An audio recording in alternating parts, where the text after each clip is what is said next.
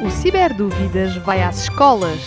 De acordo com o novo acordo ortográfico, em que situações se utiliza o C nas palavras? Esta é uma pergunta da discórdia, porque continua a existir bastante conflito, celeuma, em torno do acordo ortográfico. O acordo ortográfico de 90, que já tivemos vários acordos ortográficos ao longo da história da língua, o acordo ortográfico de 90 determinou o seguinte: todas as consoantes que não se articulam, que não se pronunciam, não se escrevem. E vejamos exemplos. Por exemplo, a palavra ação, antes do acordo ortográfico, escrevia-se aquestão. Portanto, um C e depois um C cedilhado. Neste momento, escreve-se só a ação com um C cedilhado. Porquê? Porque aquele primeiro C não se pronunciava, não se articulava. Então, o acordo ortográfico determinou o que não se articula, o que não se ouve, não se escreve. Por exemplo, adoção.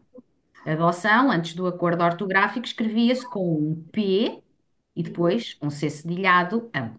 Neste momento, aquele P, porque não se articulava, não se pronunciava, desapareceu. Portanto, todas as consoantes que deixaram de ser articuladas, deixaram de se escrever.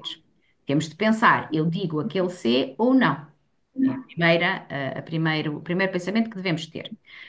O acordo prevê três situações, porque este acordo teve de lidar com a forma como o português se pronuncia no Brasil e como se pronuncia no português europeu, aqui em Portugal. Nem sempre temos a mesma realidade.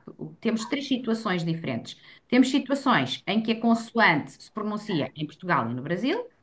Temos situações em que a consoante é muda, não se pronuncia nem em Portugal nem no Brasil, e temos situações em que a consoante só se pronuncia num dos países. Pronto. Quando a consoante se pronuncia em Portugal e no Brasil, escreve-se nos dois países. Por exemplo, pacto. Nós ouvimos aquele C antes do T. Portanto, se o ouvimos, escrevemos-lo.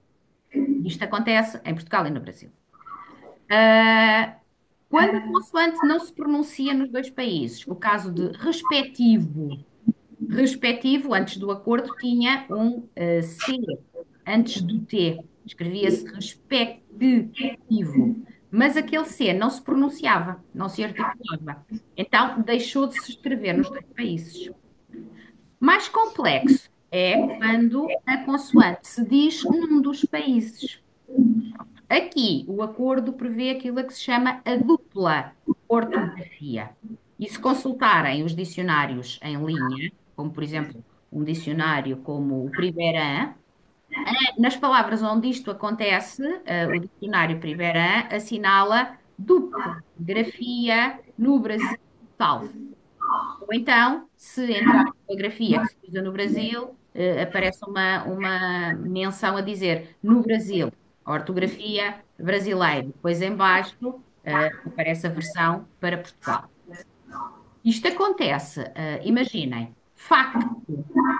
Facto em Portugal articula-se com a pronúncia do C antes do T. E então, em Portugal, nós escrevemos facto, C-T. No Brasil, eles não pronunciam desta forma. Nós dizemos de facto e eles dizem de fato. Portanto, ao dizer aqui de fato, eles não articulam o C, não o escrevem. Ok?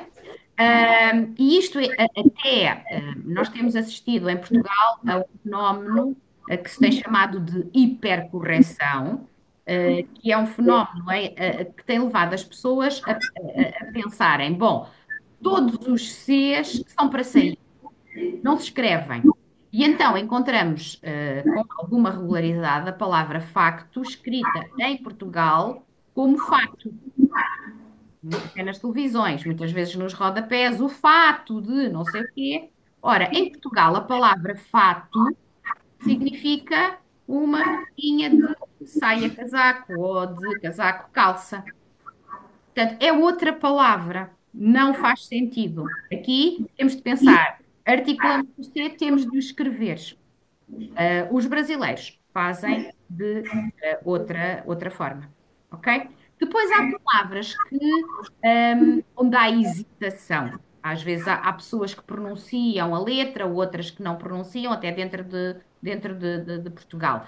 Temos pronúncias mais conservadoras ou menos conservadoras, e aí há alguns casos onde é possível prever também uma dupla grafia. Mas o que é mais importante são estas grafias do C, em que o C é efetivamente dito. Aqui, se ele é dito, não é? Se o vem, se o pronunciam, ele tem de ser escrito. Está bem? Pronto.